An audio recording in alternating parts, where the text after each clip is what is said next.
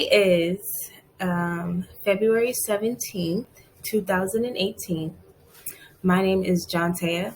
I am a student in the Associate of Arts program with College of America for Southern New Hampshire University, and I am conducting this interview as part of my academic work. This recorded interview will be submitted to College for America so that my work as an interviewer can be evaluated. This recording will be used solely for this purpose. Do you have any questions? Not at the moment. Okay. Do you give your consent to be interviewed and recorded? Yes. I, Charnel Luke, give my informed consent to participate in this interview to be recorded and used as part of the student's academic evaluation. So how are things at work coming up for you? Things at work are interesting right now because I'm new to the company. I'm 6 months in, and most of the people that I work with are also about 6 months in to the job. So what are you guys doing? What's wrong? What do you think you can fix?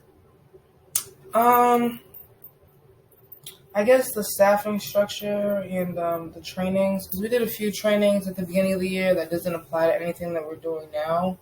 So for me, I feel like that was kind of like a waste of time. And I feel like we're missing a lot of important stuff by focusing on things that don't really matter that much. One thing that's also bothering me is the fact that we have money for food every week, up to $100 per session because we have mentor sessions for the kids, but we don't have money for letting a kid get their hair done if they come to school with their hair undone, or if they come to the school with the same clothes every day, or things like that. Do you think that if the school was to provide money for people to get their hair done and other things, that would cause a problem for the rest of the kids in the school?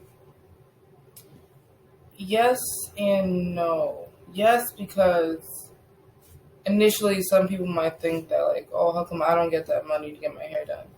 But no, also because I know that there are some students that really need it. For example, I have a freshman whose mother passed away when she was 2, and she lives with her grandmother who's in her 70s right now, so she can't keep up with her hair, and she doesn't have anyone to do it, so oftentimes she comes to school and her hair is matted, or it's under a wig, or it just looks really different, and kids end up teasing her because of that, and it's affecting her schoolwork.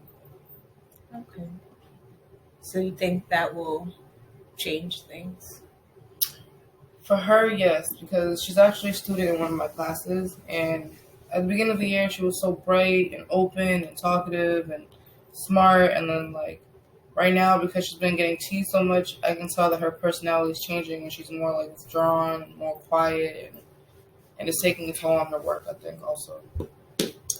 So what are some steps you think you could take to achieve these goals for certain students? I think maybe spreading the word, or holding a natural hair care workshop.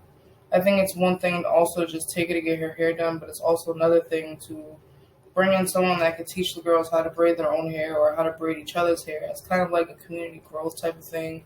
And also as a way, like I said, as a way to bond, and you could teach someone, you could give someone fish and they could eat, or you could teach them how to fish and they could eat forever. It's one of those type of things. I look at it. Okay. Sounds to me like you know what you want to do.